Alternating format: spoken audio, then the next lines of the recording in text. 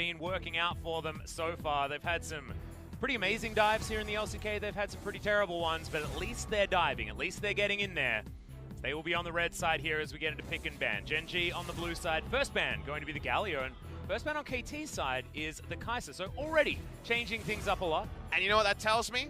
We're going mages in the bot lane, baby, because Kai'Sa is their way to staying through, and we're going ruler focused on the bans, taking away the Lucian. Another champion who at least has the trading potential early to punish something like a Vladimir. There's the Victor ban, so Genji didn't need multiple bans more to know the bad news. The two bot lane champions that you'd want to take down there, though, have been taken. The Vladimir, the last one that really stands out as the awesome dude of note. And do they take Urgot or do they take Aatrox is the question for me on Genji's side, because they have been an Urgot-focused team for a lot of these drafts. Here's what I say to KT. Take Lee Sin away from Peanut because it's his fallback comfort champion. The Ezreal is open and will be taken over both Aatrox and Urgot. Would KT dare to dream and take both? They could. We've seen it happen in the past. The world's meta coming back. And man, I love this. And Genji say, right, you can take the Aatrox, you can take the Urgot, take whatever you want. We just want to get Ruler on a champion he can carry on, and he certainly can do it on the Ezreal. I think Cuvier's a better Aatrox than Urgot, but I really like the Lee Sin takeaway from Peanut. So let's see their way of thinking through this. King in the roster, they will be locking in Urgot, we'd assume, for top lane, because BDD has been on playmaking, and in the end, they do follow the world's meta of taking both. On jungle Aatrox, but BDD on mid lane Aatrox, probably the more likely one. Maybe that means they can keep Zenith's pick to very late in the draft. Yeah, exactly right. But he doesn't really need to worry too much about getting a late pick. He could actually go for something more of a Gango flavor in the Draven and try and punish Ruler for picking the Ezreal so early. We'll see what the lane is going to be, though, because something that stands out in every Gen G game is whether or not Tahm Kench is up, be it Core JJ or Life. But it looks like we're going to be locking in some solo lanes. Or a jungler here as Nocturne going to be taken away for Peanut. Interesting. Interesting to see Peanut dodge out of the Lee Sin truce between the two. The Vladimir has to be taken now, otherwise you won't get it. So it seems like Zenith will be jumping on Vladimir duty.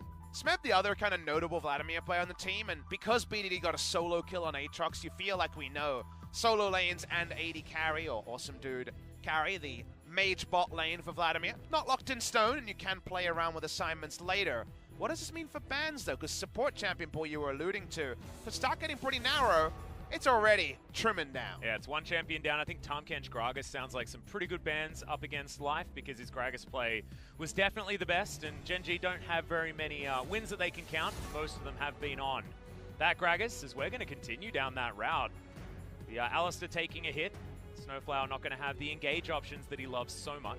Feels like a Braum is going to jump up in priority. Morgana potentially going to be seen in this series because we're seeing so few supports. Small chance, and again, I'll just mention it. There was a time where there was Lissandra support, but I think people realized it wasn't stage ready, so really not thinking that to be the case. And also, Lissandra can kind of deal with Aatrox and Urgot both pretty decently.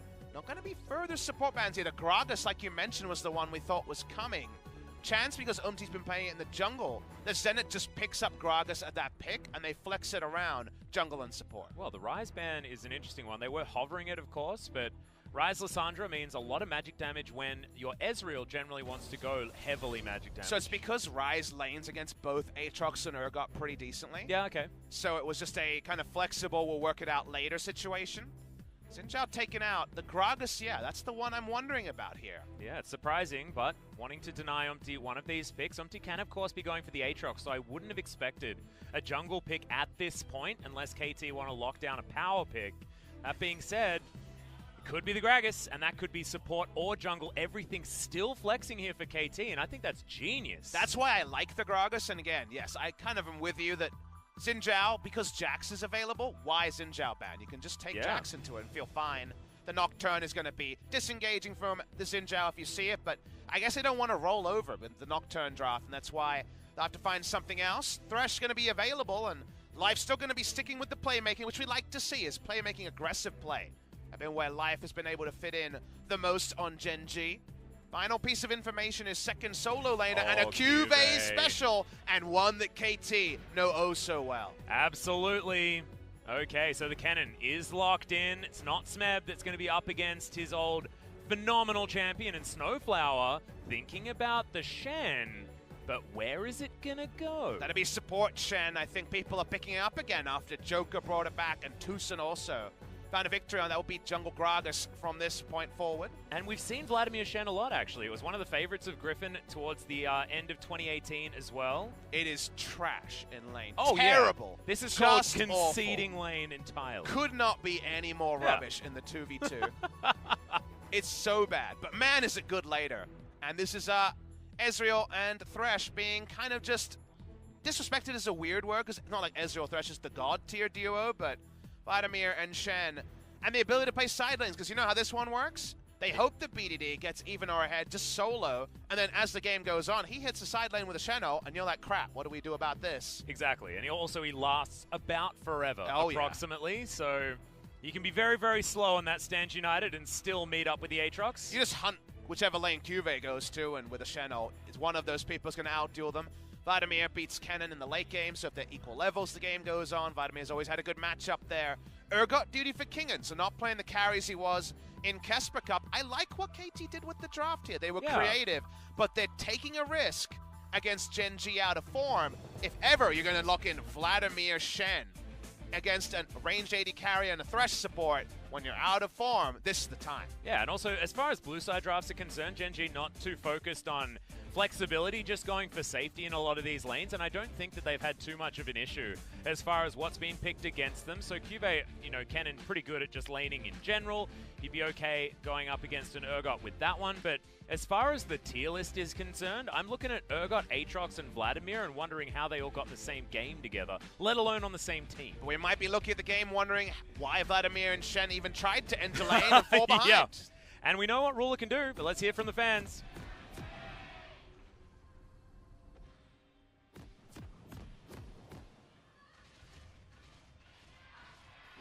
We are definitely over the Gen G side as far as you where say that the English every booth game is. to confirm. I love it. Yeah, well, it's my ears are saying that Gen G have like 4 billion more fans than KT, and I don't think that's exactly correct.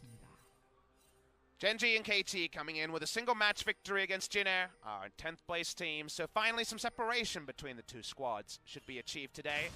I'm going to be greedy, Atlas. I want to see a 2-0, and it's not to catch the trains, to actually know conclusively who the better team is between Gen G and KT, because such meager starts for both, we're still trying to truly understand if either of these can be a late contender come maybe second round robin, or if we're just witnessing potential bottom 4, bottom 5 teams in the LCK. Yeah, exactly. And what I actually want to see is how this game is going to be played as well. I mean, how much learning have Gen G and KT done watching a lot of teams flounder? Gen G, of course, very, very guilty of this. Last week, it's a new week, and theoretically a time where they can make these sort of adjustments. Cuvé's adjustment here is quite bold. He's actually gone Klepto into Urgot. This is a ranged matchup that I guess he's slightly outranged, but not like Kennen is a 700 range champion or anything, so he's still investment banking. The level 1 is just so annoying to deal with because you can E in and get 2 auto attacks off and fully abuse new Klepto. Cuvé's most famous as an AD cannon player, and will be very interesting to see if it's just the standard AP cannon, which would give them a lot of teamfight options and a lot of zones between Paranoia and Lissandra and Kennen for Ezreal to hard carry. We get the information here, same runes we saw recently, so no confirmation, but we're thinking the Kindle Gem, the Klepto, and the first items into AP. We'll get the confirmation later. Yeah, very standard stuff, and I feel like the AP is going to work very well in this composition as well. I mean, the AoE damage follow-up from the Slicing Maelstrom after the Frozen Tomb means that everyone's going to be slowed down. They're going to be sitting in there for a whole lot longer as, yeah, Zenit's having a really, really bad time on the bottom side of the map, as we would expect in the Vladimir versus Ezreal Thresh lane. I want to talk about the jungle pathing a little bit.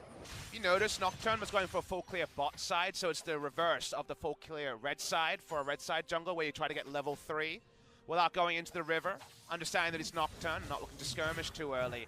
It was actually pretty heads up of Umti. Wow, Fly is just getting smashed. But it was pretty heads up of Umti to have a ward on the Raptors, kind of get the confirmation that he was not actually going top side, and thus he was likely to be doing a Raptors clear, and just take the bot side scuttle, because usually you take your 3 cams and then you check the scuttle to see if it's up. Yep. Taking the scuttle there means the chances of the Nocturne getting a scuttle goes down, or at worst, it stops him from just min-maxing his farm, and he has to go straight to the enemy scuttle top side. Yeah, he's going to do that. As Snowflower is taking a bit of harassment here as the Infernal chains the flash forward, the Ignite. Is it going to be enough as Fly's ticking down? One more and that's it. The solo kill, you asked for it. It happens at 3 minutes 20. And it's in this Aatrox lane again with nerfed Ignite. The Ignite here does less damage. You wouldn't know it. Not that much damage necessarily, maybe 15, but 15 is enough, and it happens again, and the sinking feeling begins at 3 minutes 20. And Fly really has been a weak part, and BDD has always been strong. Yes, KT have been floundering, but it hasn't been because of BDD. This guy is still a monster.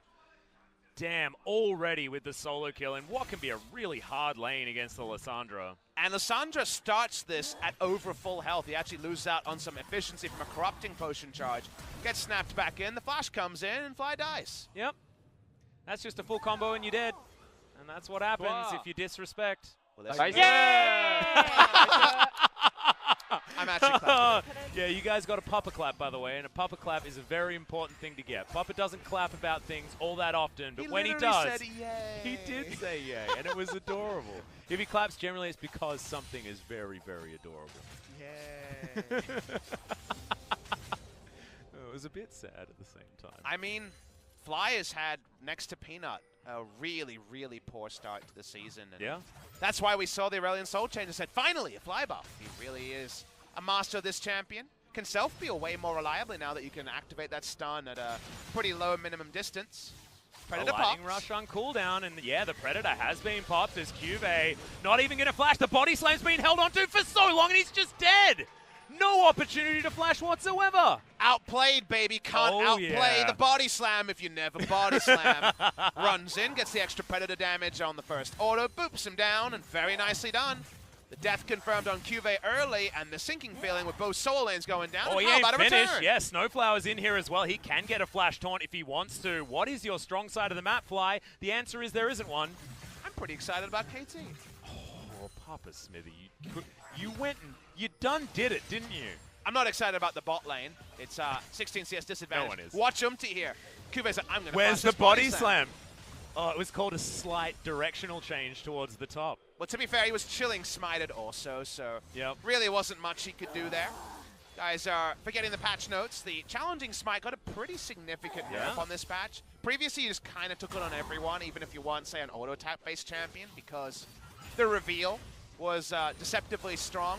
Losing the reveal means you do get dodged if someone jukes into a brush, which happens a lot of the time when you're involving junglers. So because of that, no challenging smite, just a chilling smite. And a chilling reminder that Gen G solo lanes have a lot to work on. When we had this in the Kesper Cup, the table setting was so easy. The top lane carries versus the bot lane carries, and the numbers do play into that in the gameplay as well. Oh, that was a cool dodge. Stand on the wall. That was cool. It's like we were watching Smash Brothers and Lucario just dangling on the wall. I know you're not much of a Smash player, but someone, of course, got that one. Is Fly going to get knocked up? Okay. Lands all the damage as BDD. Looks like Fly was trying to bait, but Peanut didn't want a bar of it. Who's the Griffin of the new Smash Brothers? They're a OP? I mean, Piranha Plant crashes your game. That's pretty strong. So that seems pretty strong. That's about Griffin at the moment. It's a bad bug. Hopefully Nintendo can fix that one. LCK can't fix Griffin, though. They're too good. Bizarre Peanut is here, lying in wait. Level 6 available for Umti, though. And no paranoia there for Peanut as BDD's going to find the knock-up. Infernal Chains comes in. Peanut's been ignited. Could be another one as the flash was very late. It held on to a lot of BDD's time. Does mean that his red buff is just taken and he has to go home. Old teammates colliding there.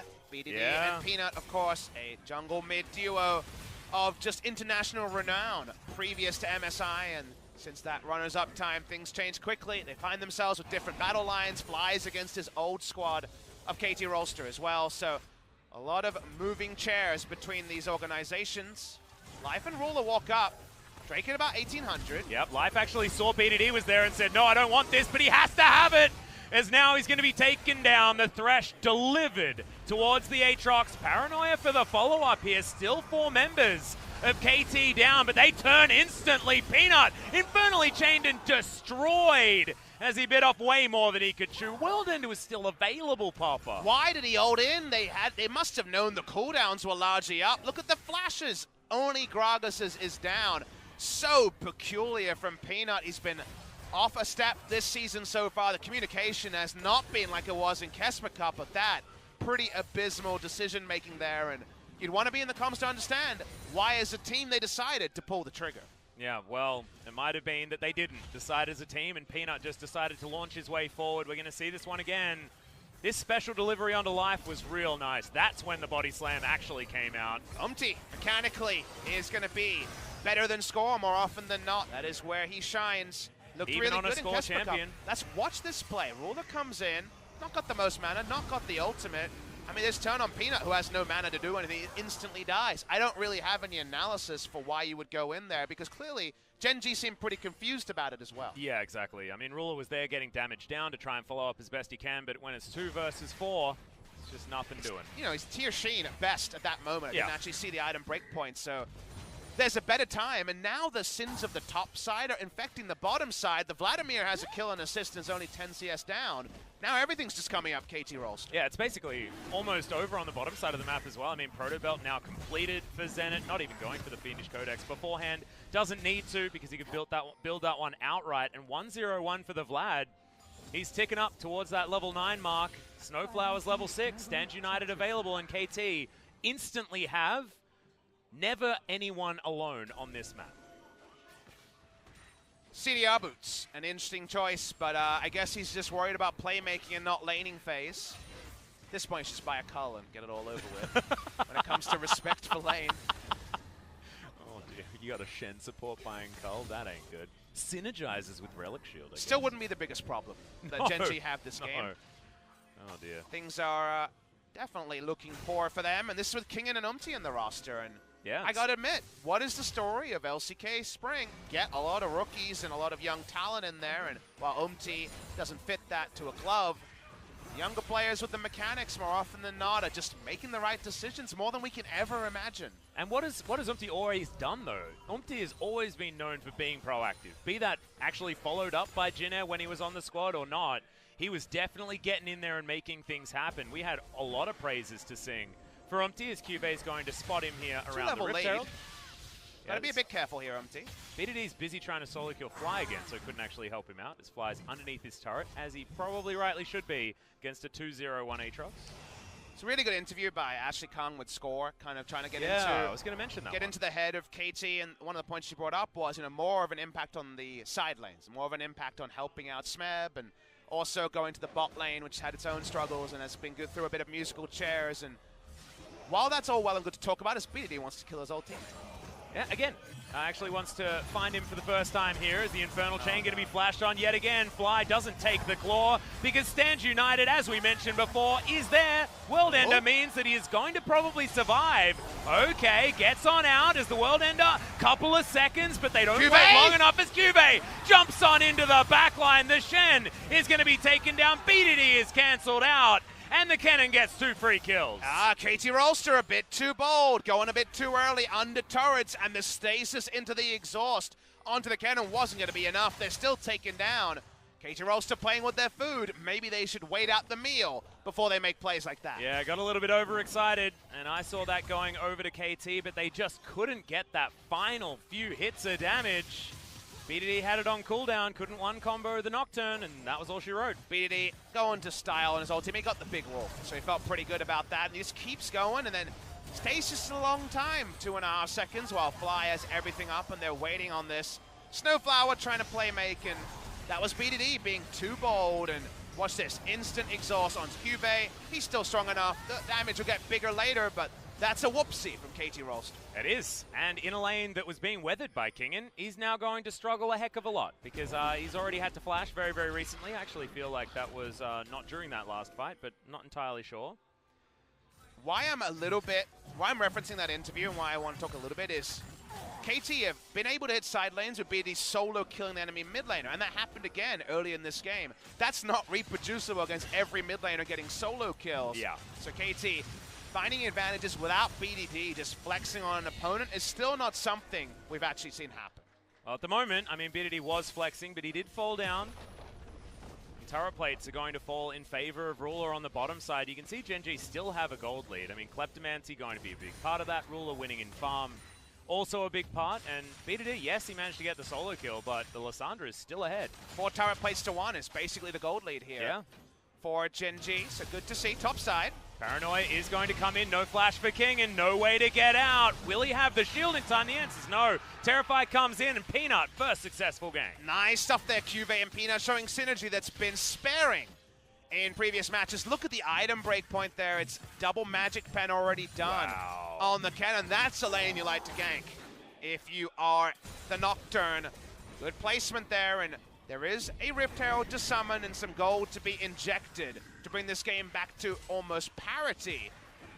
AT in the bot lane are doing better than expected. The Vladimir is not significantly behind, and Vladimir Shen don't deserve to get out of lane on paper this unscathed. Exactly, and it was all part of those early skirmishes as Umpty looking for Ruler. Body slam going to be used, was hunting for the flash. Too much distance was provided as Ruler did manage to use the flash. 14 minutes means the turret plates are now down. True shot barrage onto Shelly, but she's continuing her onslaught of this lane, and KT want to let her. It's going to take a lot of damage down here as finally the Rift Herald falls, but that is just a hair's breadth away from death. It is pretty irrelevant damage, probably for the next 10 minutes or so. It's hard to return to an inner turret bot lane as the red side team, especially when Baron does hit the Rift. Mid lane, Rome coming through from Cuvée. He doesn't have ult. Get some money from B2D with his Klepto. That's all he really wants. So now it feels like battle lines are drawn a bit. Feels like we have Investment Banker, Lissandra, Investment Banker, Urgot, both of them kind of behind at this point in the game, and then an Aatrox and a Kennen as kind of the other parts there. And Kennen with all the early burst, with no visit to a stasis effect just yet, will rip through a team fight. This Kennen is really powerful. 1,700 gold lead over his opponent. Sort of thing that can be wielded, and even a small gold lead in the mid lane because of the CS advantage for the Lissandra. So right now, short of Vladimir hitting multiple members of the enemy team, things definitely looking decent for the side of Gen G. And I'm pretty sure maybe a plate went down for Fly as well, which is what has contributed. I mean, you can see that turret is very, very low. When that actually took damage is the question, but I think it was before a minute and a half ago, so a lot of turret plates going in favor of Fly at the same time. He takes his blue buff and holds onto it himself because Aatrox doesn't need it. Vladimir doesn't need it. He's going to have a great game on this. Gragas picking up blues left, right, and center. Definitely had the skirmishing advantage. Outside of that last Nocturne ultimate, it's been a game run by KT Rolster. Let's see how they reset, because the honeymoon phase of the early game where they're just killing everyone across the map is now over, and it's much more about deep wards onto a Nocturne and setup around the AoE team fights they're all about. They have no siege in the team at all. And until Kennen can be answered in the side lane by 2 members, spoilers right now, definitely not, the game is largely about deep wards and choosing the right fights and the right time to pull the trigger. Yeah. At the moment, Zedit also needs to prove to us that he can get team fighting Vladimir down as well, because the team fights for KT certainly are going to revolve around whether or not he can get a bunch of that AoE in there, followed up with by BDD. But Umpty's special delivery system has passed the test already today. See whether he's going to be able to get fights started. This ARAM doesn't feel great if you're a KT fan, because horribly low on the range department. But the enemy team, the same. So the other thing, yes, Ruler and Fly can clear in the mid lane while we're waiting, but it's just kind of a weird standstill in the game where Gen G's waiting for this, and KT, Umpty doesn't know. Yeah, the flash forward from Fly wants to take it down, but that's a great stopwatch coming in from Umpty. Can they save his life? The body slam gets in there, blocked by Peanut, as Umpty's still trying to keep himself alive. Cuvée doing so much work in the backline, but here comes Zenit, and Umpty somehow still alive. BDD here a little bit late now as life goes into his stasis, and Kingen picks up that kill. It's a messy one, but ultimately relatively even. Yeah, 2 for 2 there. Zenit actually dies with flash available and no real value out of his late entrance into the team fight, so a bit of a whoopsie on both sides. Man, was Umpty living on a prayer at the start, only just kept up by a combat Shen ultimate. BDD in trouble, just going to be taken down by Ruler. Too far forward with no world ender. That'll do it. Disrespect is the word for those 2 BDD face checks under turrets. This one under his allied turret, the other one under an enemy turret. That means we're 6-6 and nothing to split Gen G. It looked like a KT runaway train, but the excitement, predictably for KT, is starting to dissipate. You said it, Papa Smithy. I think we could get some really Fiesta 5v5s, and I welcome that future. Absolutely. All right, well, with the game this even, certainly one that Gen G wants because they can get it pretty slow. Jin been guilty of not being able to translate an early lead in the mid game by face checking. It happens here, but he lives on a prayer. Shen ultimate in combat gets full value. The shielding now, of course, is when you're on low health. You can turn around, bops Peanut. Zenit dives in, but he kind of just really doesn't mislay all of his abilities, doesn't get too much value at the end. Stasis required, a bit of cleanup possible. Definitely better execution available to KT, and that's confirmed when Cuvee gets the stun onto BDD, and Ruler does the rest. Yeah. Somehow that fight was actually won with the body slam being blocked by Peanut with a flash to try and keep Umpty there. And then Peanut actually used his spell shield on the ultimate. It just did too much damage as Umpty, Fly had to follow it because it was either BDD or Umpty.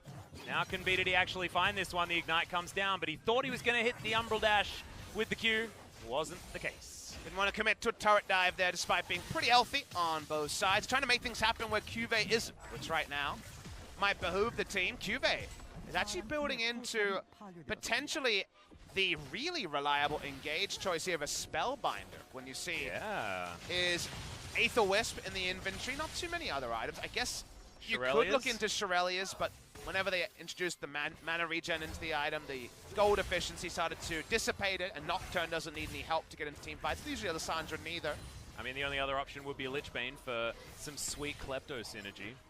I mean, I'd be down to see it, but it'd be funny. That'd be a first time. I've seen the LeBlanc go into Lichbane in pro play. Famously, we had some Ahri with the Lichbane, but this would be a new one. Not a lot of Lichbane champions remain, as a lot of people do like to build it on AP Gragas when he first came out, but now not so much the case. You can see Umpty going towards his Zhonya's there. Twisted Fate is sadly unsighted so far in LCK Spring 2019, maybe later. Cuvee is behind enemy lines on his own side of the jungle, so it needs to be very respectful of all the people lying in wait. And now Kingan's going to have a chance to go back, grab some items, set them up for a potential other dive, other fight. This game is actually really complicated for KT to play out. We talked about where the game could be, which is 3 people hitting Kennen the side lane. If it's a 0-3 Kennen, feels like Kennen has nowhere to go. Kennen's strong enough at this point that actually side lanes with the Nocturne ult factored in might be stronger here. So hitting side lanes so risky that we're A-ramming. A-ramming, but with Cuvee moving over first. Kingan is topside with teleport available. I defer to all my A-ram experts out there, but I definitely take Gen G a lot more range, and Ezreal is the god tier A-ram champ on the left side of the map. Not to mention the fact that Kingan won't be able to get into a frontline position at all. No. With the teleport availability, yes, he can join a fight, but joining late as an Urgot is not what you want from him. Going to be righteous flooring your way forward, but this is all working in favor of KT. The longer Gen G don't make any moves. Heading on over to the Dragon to try and get at least something out of it. But because you have carries competing for gold, it doesn't actually turn the gold as much as you want when you have 4 people sharing in mid lane. Yeah. On the side of KT, Drake control so far on the side of Gen G is, well, Peanut's in trouble. He is. Does, I believe, already have the GA, but has to choose an enemy target and doesn't want to go near any of them. There's so many wards on top of that lantern, you ain't taking that at all, and Life could not offer his namesake to his jungler, and KT will get another dragon. Seems like communication around summoners was off. Peanut's flash about 25 seconds off cooldown. Needs to kite with the team, can't kite separately. With a TP, gonna just condemn him to death. Peanut goes down, and it's even worse than that. He loses his GA, which is a pretty big cost because he had mainlined it wanting to dive with the cannon later in the game, and now pretty much going to be condemned to death by Kingan more often than you might think. Yeah, it feels like Peanut giveth, Peanut taketh away. Remember, it was him that was able to turn around that dive from KT's over-aggression, but just on a different page, Papa, you're exactly right. He's alone going down, and it's not like Thresh was preemptively going there to throw him a lantern, so at the end of the day, the lantern comes late. It's after the respawn, and there's no getting to that lantern. 2 wards on it and some AoE damage, and he goes down. Finally, it's an actual gold lead for KT Rolster. NG had it for most of the early game despite all of the weirdness and shenanigans that were going on. And you were talking about Spellbinders. It is what Cuvee is going to be building towards, but Zenit already has his, with most likely close to 32, 33 cooldown reduction. This Vladimir is getting to the point where he's well and truly online. He's ready to engage, but it's hard to min-max your damage when you have no stasis effect outside of the Sanguine pool. So you might lead with pool and then mess up your RE. You You want to hit 2 rounds of E, one before the Hemoplague, one after, to really just get deletion damage. So it's actually trickier to play this item timing than you might expect, even though it looks pretty fed, as that will be Umti, I believe, claiming the Scuttle Crab. Yep. He's going to be able to get it, and this control ward, survives with 1 health bar. Quick up barrage, and takes a hell of a lot of damage. Ruler is really starting to scale into this game.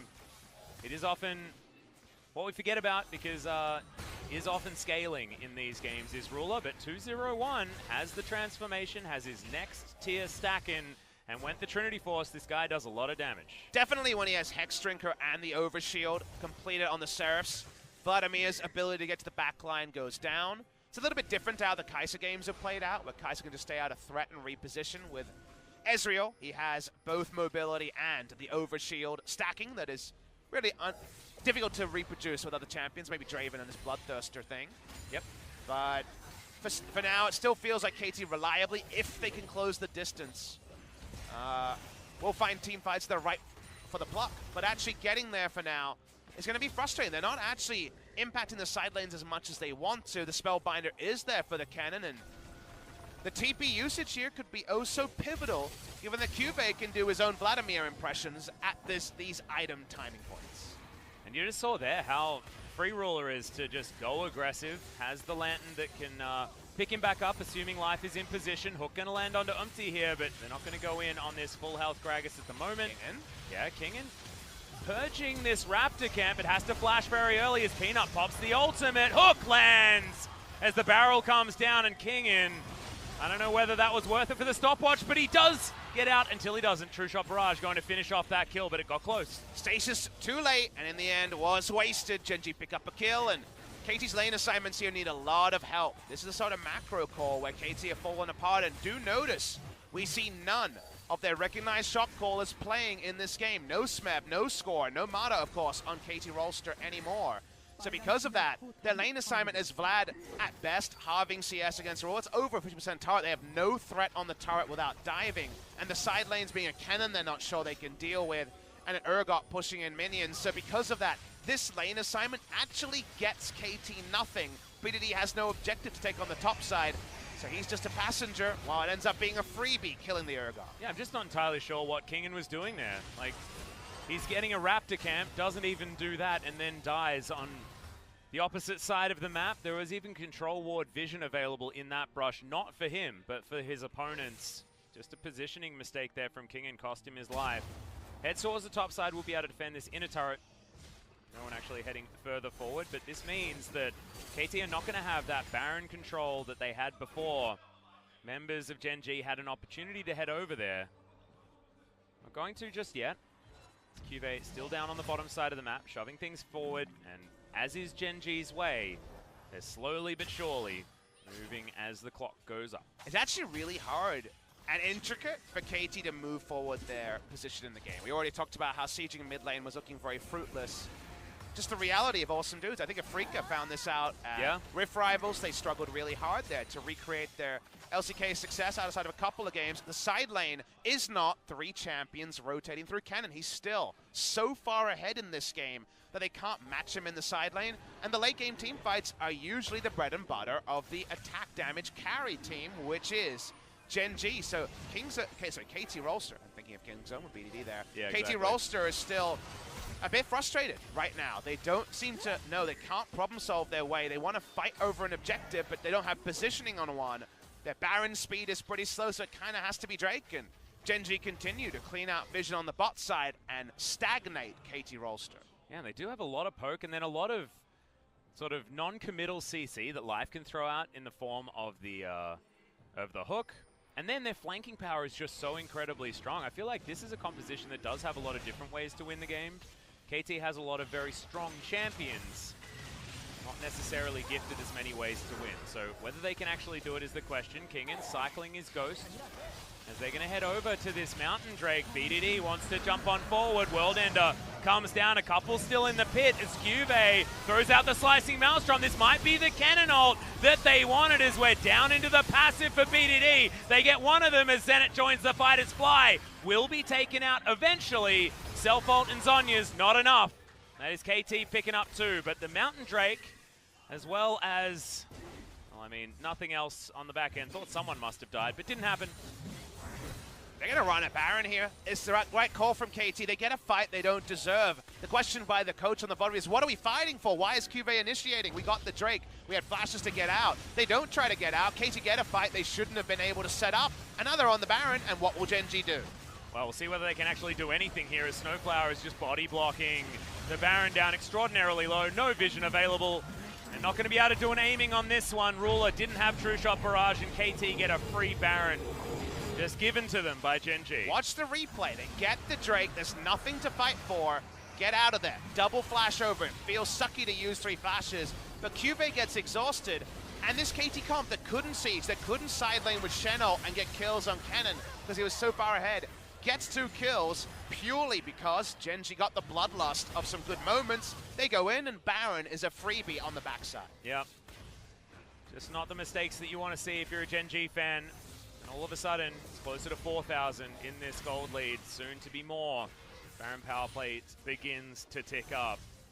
No outer turrets remain, only inner turrets are going to be taken here. And the siege is still difficult. We talk about teams that require a Baron buff in order to get a siege happening, but this is still pretty hard. But let me describe something that's possible. What's that? BDD pushes in a lane where Kennen is because he has Baron buff and forces Kennen to come in. Kennen can't push the waves. And Shenno, with the World Ender, you can dive the Kennen. These are things that weren't possible. Their lane assignments with Baron up can't be BDD in Kennen's lane because he's on the other side of the map. Now it doesn't matter. The Baron's down, and plays that were impossible for KT to pull off are now very possible. And that's why QV suddenly is in defensive position. Yeah, and this siege minion is now just beating down on this inner turret. The wave is a long way away, though, as BDD is just going to clear out the enemy jungle, and this is what happens. This is why this Baron power play continues to tick further forward. 1,500 is now that score line. Snowflower rotates over. BDD is going to join him. Doesn't actually have anything available to clear out the vision.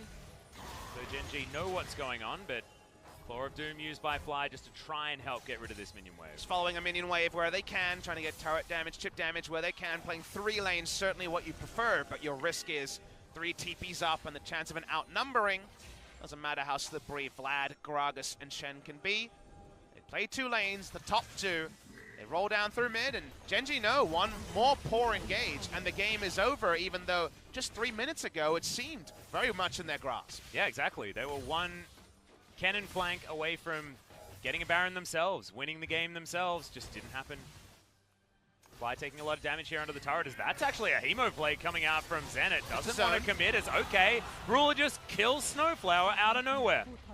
Didn't see how the health bar started to go down, but the end of it, very trivial from Ruler. Gets the snipe there. It's going to slow things out. I think the Hemo plague was just zoning, so unsure. Had my eyes trained upon the turret and the Hemo plague. Snowflower just randomly dies. Things that happen when 8th team plays 9th team. Yeah. Also, when Ruler has his Seraph's Embrace transform and more of Malmortius, the guy does a lot of damage. That's what Snowflower here gets hooked. Aha. Hook landed, and then he died. Wasn't many abilities. Turns out this support Shen, not all that durable. Got a bunch of items now, though. 0, 3, and 7 isn't the worst scoreline. And the fun thing about support Shen's dying is we can always say the funny moment of, well, don't they hit the rift fast with their ultimate after they die? Yeah, exactly. You can get back in and die even faster. Yeah.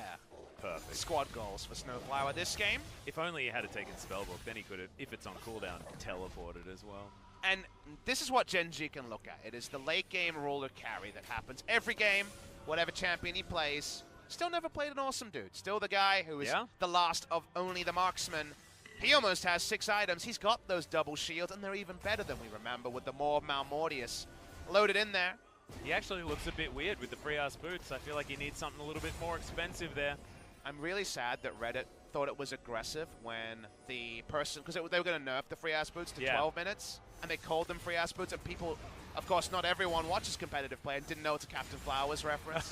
He calls them free-ass boots because they're free-ass. You know, they're so free. Yeah. We would say free-ass. We'd say free-ass. Yeah, they're free-ass free-ass, boots mate. Well, the free-ass boots are... That's actually what I thought he said when I heard that line. No, he says free-ass. They don't have the same expression. KT take down the Drake. Another one. We know that Ezreals have to be respected now after the Baron steal yesterday. Aiming certainly pretty good at that. But didn't happen at the Baron, didn't happen at that Dragon. That's going to make it 4. Double Cloud, double Mountain. KT can get to stuff and kill it real fast. But we don't have any Infernal Drakes just yet, so that damage amplification not quite there in the team fights. The next Drake is going to be that Elder as well, so KT are the ones that need to be respected for that one, having picked up 4 in comparison to the one that Gen G have been able to put together. That's a really cool hat, though, that Zenit has for himself. The Vladimir scaling is feeling a little bit like a dirty word, but is certainly something that has been very prevalent in a lot of our games so far. I feel like we might be seeing final item builds for the last meaningful fight. Still no Zonias, so just full damage build. Coming through from the Vladimir. Let's go again to the reason why we knew this game would stall out after KT didn't have the right lane assignment. That was taking turrets and sieging really hard without a Baron. Now, Baron respawns in 30 seconds. Baron or no, I think KT are going to have to dive, and Ruler's item build is set up to try to succeed there. Here's the TP and the Nocturne ult. Yeah, Paranoia just to avoid having any vision available as Fly may have just done that slightly too early. But KT pretty good at reacting to baits. They've been very aggressive so far today. Wasn't the case then. It was looking for the flank, followed by King in. No Righteous Glories, no Hemo Plagues or anything like that just yet, and KT play it slow. And that was 3 seconds until the Baron. I think it was a lot about TP denial with the Paranoia use there. Yeah. Didn't look like Nocturne was actually going to go in there. Zenit had already used his TP. King only gets his TP now. TP denial as well as Stand United denial, I guess. You can stop Snowflower from being able to easily jump on the correct target. Well, the reason why it was bold to take the Shen when they did. Here's KT, they're just trying to Rambo in. Yeah, Infernal Chain's not going to pull him back as the Claw is going to be good enough as KT still just testing the waters. KT will always have to peel. Their Baron speed is very slow and there's no reason for Gen G to allow them to stay in the pit without coming to check it. So because of that, the turn is always going to be respected. Zenit on the Baron has leashed it. There's the confirmation. That's pretty cool. Yep. Ezreal damage as well. Some pretty cool Zenit healing as well from the Vladimir. Re-engage. Snowflower dives on forward. Don't know whether that's the engage they want, though, as Fly does go into stasis in the middle of a team fight. We've hit sepia mode. That is a very pivotal time to call the pause. We get some very dramatic different angles here, and we can still hear the sound. I've never seen a pause with a claw actually in midair. It's actually very detailed. Yeah. You can never really appreciate spell detail because you're usually distracted by whether it's killing you or you're killing them. I know, and the Frozen Tomb has a face. I didn't know the Frozen Tomb had a face. What expression would you say the face was made? Oopsies. A whoopsie face. Okay. That's an oopsies face. Well, I'm assuming that some Teamfight Ultimate did not participate the way we would have expected. Otherwise, it's a very dramatic time for a pause. Yeah. Looks to be on Umpty. Maybe it was a cast going the wrong... Oh, no, his mouse stopped working. I think that's a pretty good reason to pause the game. Of all the times. Yeah. For mouse technology to not work. Allegedly. We don't have, of course, the refs giving us the full understanding of it. That is very awkward. That is his claim thus far. We had some mouse claims yesterday, which is why I could imagine that you're a little bit cautious. Ghost having a few bugs with Callista, which is a bit of a problem. Actually saw a bit of that after the game. The Q was being a little bit confusing, not letting you do a little jump afterwards. Well, if that is Ghost's problem was. a confirmed bug, Chrono Break seems very likely on that one, Atlas, because... Well, I mean, that was yesterday. This is today. If his mouse just stopped working and it was a peripheral issue, then, yeah, likely it is going to be something like a Chrono Break. No information on that, guys. We'll give you real information when the powers that be relay it to us. T definitely with some hard breathing knows this is the pivotal moment in the game. So yeah. Very awkward time for the pause. One team's going to win after this is what it feels like. That being said, if it is one of these chaotic fights where lots and lots of people die, could be a really big problem. As Genji fan in the audience got very excited. Peanut fan, surprise everyone. Peanut fan. Moving over to Genji. You can see Peanut on your screen right here. His mouse still works. Will they be able to actually find the team fight is the question, and that's really detailed KT Rolster. She's happy with all 9 players on the roster. Only mid lane, lacking a substitute. Yep. And I wouldn't need to put in a sub for B2D if I was making a team. To be perfectly honest, guy's pretty good. But, we're going to see the replay of this now. Of course, Gragas, the champion we're inspecting. Let's see if we notice some problems. Oh yeah, that was bad. That is some mouse problems. Yeah, that's It's confirmed. That's he didn't go anywhere. Yeah, that was definitely the one when we rewatched the team fight and someone says, "Oh, check out in the fight," and you're like, "Wait." Famously, this happened on a Monte Cristo VOD review we did of it's an RNG game when Whoosh was playing AD carry, where Whoosh just made every wrong decision in a team fight, and well, that definitely was a mouse issue there. He wasn't so good at the beginning, was he? But then he actually got pretty good, did old Whoosh. Thought he redeemed himself eventually. I like how we're so focused on the action, we missed Gragas drunk on the job. Just straight up having a drink and then saying, "You guys go ahead. I'm going to stay here." Oh, yeah? And then Snowflower, with his very interesting flash taunt hitting no one, was probably supposed to get some follow-up from his Graggy friend. Didn't happen, though. Oh, welcome to one of our Chinese fans coming over here. Welcome to LOL Park, and hoping to see a Peanut victory. Well, an opportunity now, but we'll see whether we are going to be chrono breaking this one and taking it back to before the team fight with hopefully a new mouse for Umti. Having the mouse die. If he was one of these users of the wireless mice, Papa Smithy. Who would do that? I would. Do you have a wireless mouse? I do. Oh my god. I bought the... We had so much inbuilt Synergy Atlas, and it's all gone now. Well, no. Okay, so I was an absolute hater of the wireless mice. I'm listening. I was a big hater, but then... The new Logitech one is actually really, really good. It's a really nice mouse. You know, we've had a lot of trust falls in our casting over multiple titles. We did Apex together. We're here on League of Legends. We had a crunchy peanut butter trust fall where we did. Neither of us were smooth peanut butter people, and yet wireless mouse. I wouldn't have took you. No, I actually a wireless mouse. To be perfectly honest, you can plug it in. And I don't play League of Legends with it wireless. Okay, see, now we're getting is on that the road. Is that okay? It's the road to recovery. I'm not ready. But when I'm just like the trust fall, like I didn't hit the ground, but I'm not that far off the ground. All right. No, don't worry. I'll put the chair back up. Don't hang yourself just yet. We're fine. B2D on your screen, but it wasn't B2D one of the ones that does use the I must admit, mouse? we got a confirmation, but I forget who. Yeah, I could have sworn it was B2D. But I've been wrong before, many times. You bought a wireless mouse, so there you go. Hey! I bought one earlier than that, actually, and that was a very bad choice. Well, at least you're up for second chances. I'll let you know after the series whether I am. When it comes to friendship trust falls. Oh, we could barely see whether that... Did anyone get confirmation of whether there's a cord there? I can't tell. I could see it. Yeah, no, there's a cord. Not a wireless mouse confirmed. He's fine. Now, the question is, we don't actually have confirmation that we're going to get a chrono break here just yet. It seems impossible that there won't be one. Yeah, that's what I feel like. We're discussing it, but we don't have confirmation. I have never seen a replay that was more clear than I'll just chill over here while you guys have the winning team fight. Hey, maybe if it was one of our top teams. too many times. Maybe it was one of our top teams, but also a lot of the things that have happened in this game seem like you could just say, "Nah, my mouse broke." Actually, that's why we dove in. It also had to be Gragas, only champion confirmed to play to work better drunk on the job. His tolerance is insane. It'd be like if a guy playing Graves' computer caught on fire and his whole rig was smoking. Oh, perfect. I like it when at least it's the fitting players that do get the problems. It's not a happy-looking fly on your screen just there. He's had a rough series so far. Rough season too. Yeah. On Kesmicup, his old standby is still working, but still he seemed dominated by the Zoe. That's a really big pick for him. And other games on the Galio, even those reliable ones, kind of falling away. In the 2019 season, and a player without a substitute on the side of Gen G.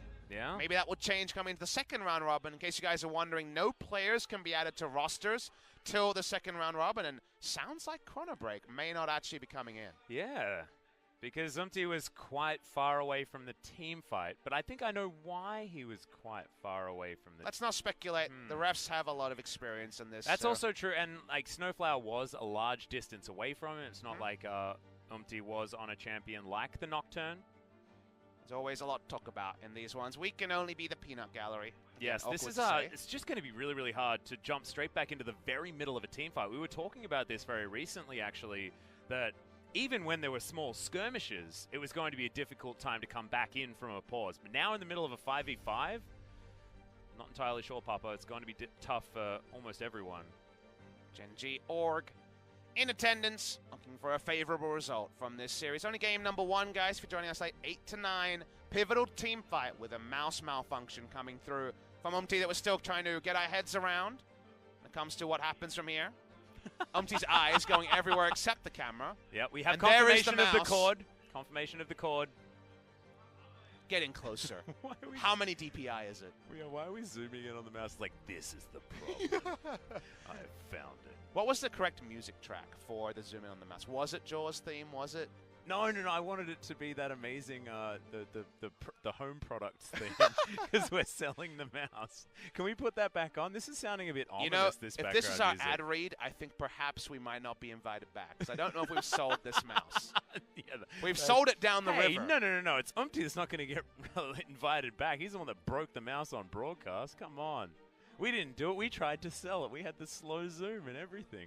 Even requested the music, Papa Smithy. Well, we had the slow pan around Lowell Park. Looking around, we look about 90% full here. There is a couple of isolated seats around, but usually that just indicates people who couldn't make it down to the stadium. Or chose the pause as a time to go to the bathroom, True. Which is a pretty good idea, given the average length of our pauses has been relatively long. Average length of a Gen.G vs KT series. Yeah, I mean, this was looking to end after this team fight, so KT was like, no, must keep the stat. And in fact, the weird thing is I believe before this week, KT had the longest average game time. I think it's been moneyed. KT has seemed very indecisive, even with Smeb and Score in the lineup. Shot calling was not looking too clean, so it's not like we mentioned that there was no Smeb, no Mada, no Score in the lineup today for KT, and yet we weren't 100% clear that shot calling with them would pick up. There are some Gen.G fans in the audience holding up some of those cheerfuls. Signs not big enough to cover their faces, unfortunately. So I had to use the hands. Didn't have the tech available. We see most of our fans have. Umti just looking like he wants to get back into it. Hopefully with a mouse that works. And the whole KT Rolster squad have been, well, as we can see, pretty damn quiet. It's just so hard to stay coordinated as you have this brain disconnect. And we'll let you guys know, and it'll probably be pretty visible. If any breaks are allowed, you can see the players aren't communicating right now, so yeah, we're just using our eyes as much as possible here to do pan around Lowell Park. Yep. So, Ruler fan next to the Peanut fan. Just everyone being a fan of these guys. And Gen.G got a lot of them in this audience right now. Peanut on your screen, as you can see, one of our most famous players here, but hasn't had the most prestigious season thus far. 2019, certainly if you want to provide yourself a ground level in which to improve from, improvement is a lot easier when you start at a point like this, but both of these teams need to start pretty damn soon if they want to get to these international events. MSI not going to have a lot of other recipients of that invite, and Griffin certainly have it locked down at the moment, but things can change, crazy things can happen, and you got to start somewhere with the victories.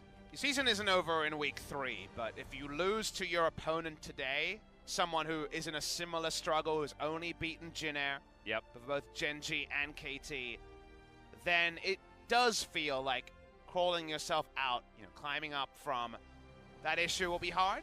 Roach with the coaches there, but not the same story on the KT side. Yep, the roaching booth.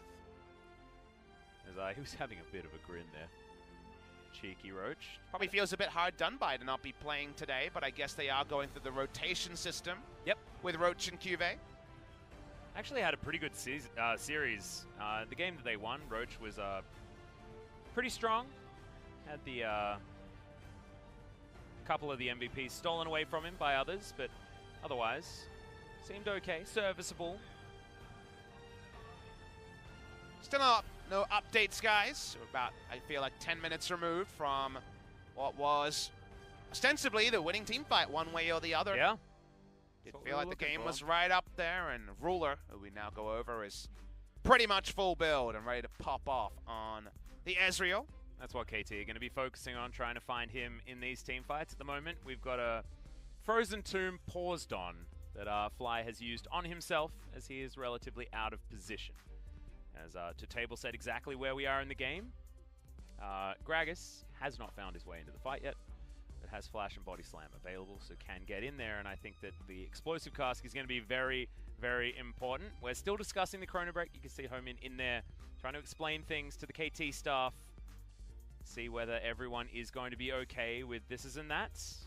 Most famous for doing translation with Shocks over the World Championships, but also involved in League Ops in the LCK, so that's why he's playing an active role, talking to coaching staff here to understand what's going to happen. Currently doing a little bit of mentoring as well for one of our new producers that's going to be coming in. But no Chrono Break is going to be the confirmation. So KT are going to have to make do with Agragas being a little bit further away from the fight.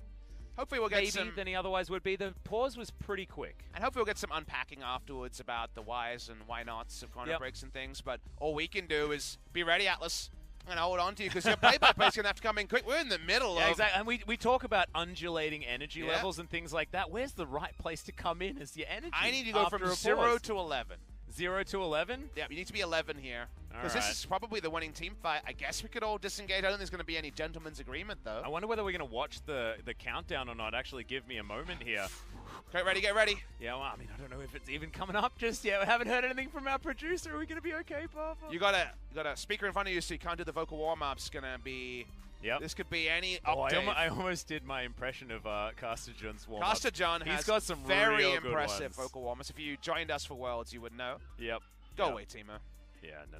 0, 3, and 1. Classic my Timo. Oh my goodness. I mean, I was like, nah, I think Viper did better on the Timo, to be honest. Oh boy. All right. Oh boy. I'll do the count. 5, 4, 3, 2, 1. And flies in the back line. We've got Zenit. He gets hooked up, unfortunately, as that's a visual bug. Not another pause. Flash is traded here as B2D still has his. The Ignite didn't quite work out. We've got the disengage, and KT are going to be fine. Damn, we lingered on the Vladimir ultimate, missing everyone. Zenit sold down the river. That's some big AoE ults down from the side of KT Rolster. Genji can push in the minion wave, and somehow action did not ride supreme. Yeah, it dissipated. I have a feeling that our team fight would have looked a little bit different if we hadn't have had a 15-minute pause, but Genji go over to the Baron Pit. They don't start it. Other teams would have. The pings are going to come in. KT get a free reset. Now move back out onto the rift. All right, let's have a reset. Nope, no more of that. That was all sleight of hand. Never happened. Skip that VOD timer. We're back in the game. 6 items now sitting on Ruler as he goes back and completes his Blade of the Ruler. You know when you're watching like CSI and always there's that curious gap in the security camera footage? Oh, yeah. Our gap was about 34:30 to 36. So VOD, people out there, LOL event VODs, just skip that part. Just jump straight in. You didn't miss anything. Weird that some cooldowns are not available. Yeah, so strange. Quirk of the spectator. Don't worry about it. Hemoplague wasn't used, obviously, in that last fight. Now completely available here from Zenit. Thank goodness for 45% cooldown reduction. And what does it all mean, is what we have to ask.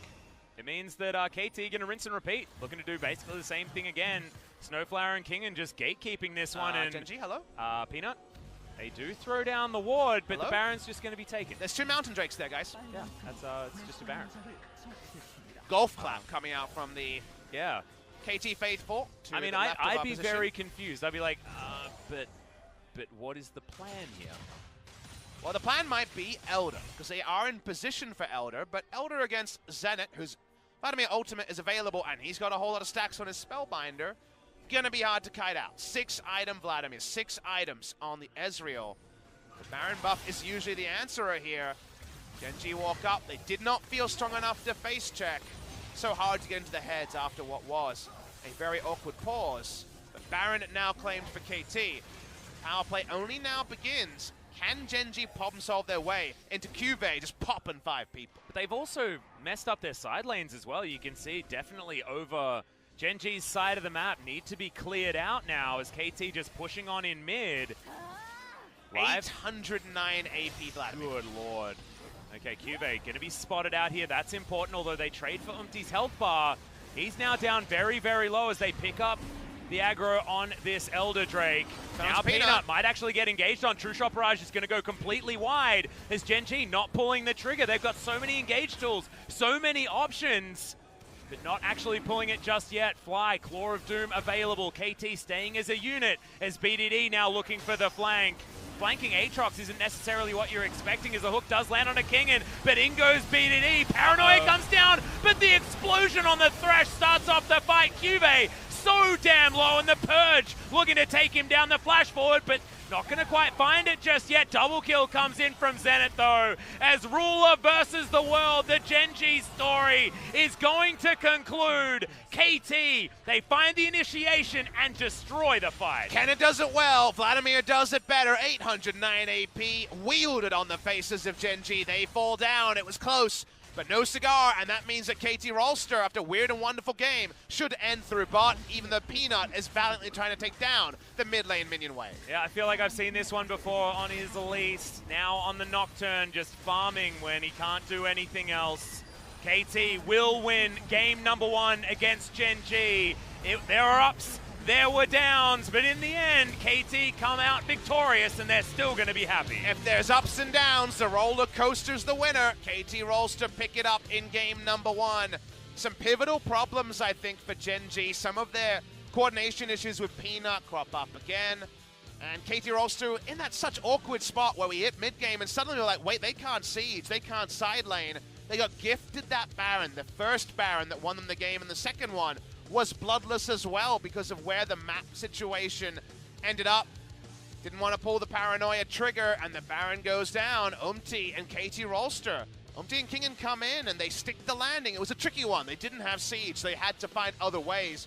They just about do it, and KT Rolster take down an extended game 1. And I'd like to see it again, because I'd actually really like to see that bottom lane try and go for it in a more even game, because we saw things went very right for KT at the beginning of that game, and they almost got a free pass. We saw that Vladimir was incredibly impactful in the late game, despite that one missing portion of time on the VOD. I don't know what quite happened in there, like I'm not entirely sure, but probably good things for Vladimir, I guess.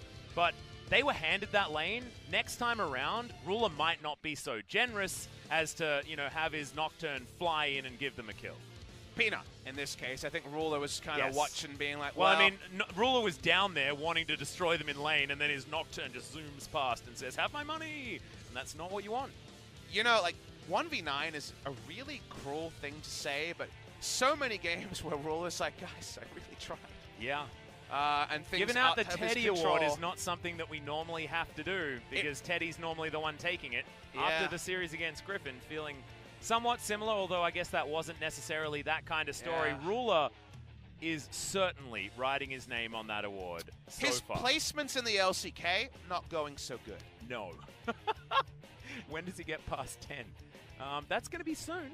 That's going to be soon. He's going. He's waiting. He's waiting. Yeah, he would like to end his placements. That Iron 4 is looking pretty likely based on his win rate, but thankfully started the season in the right league. Yeah.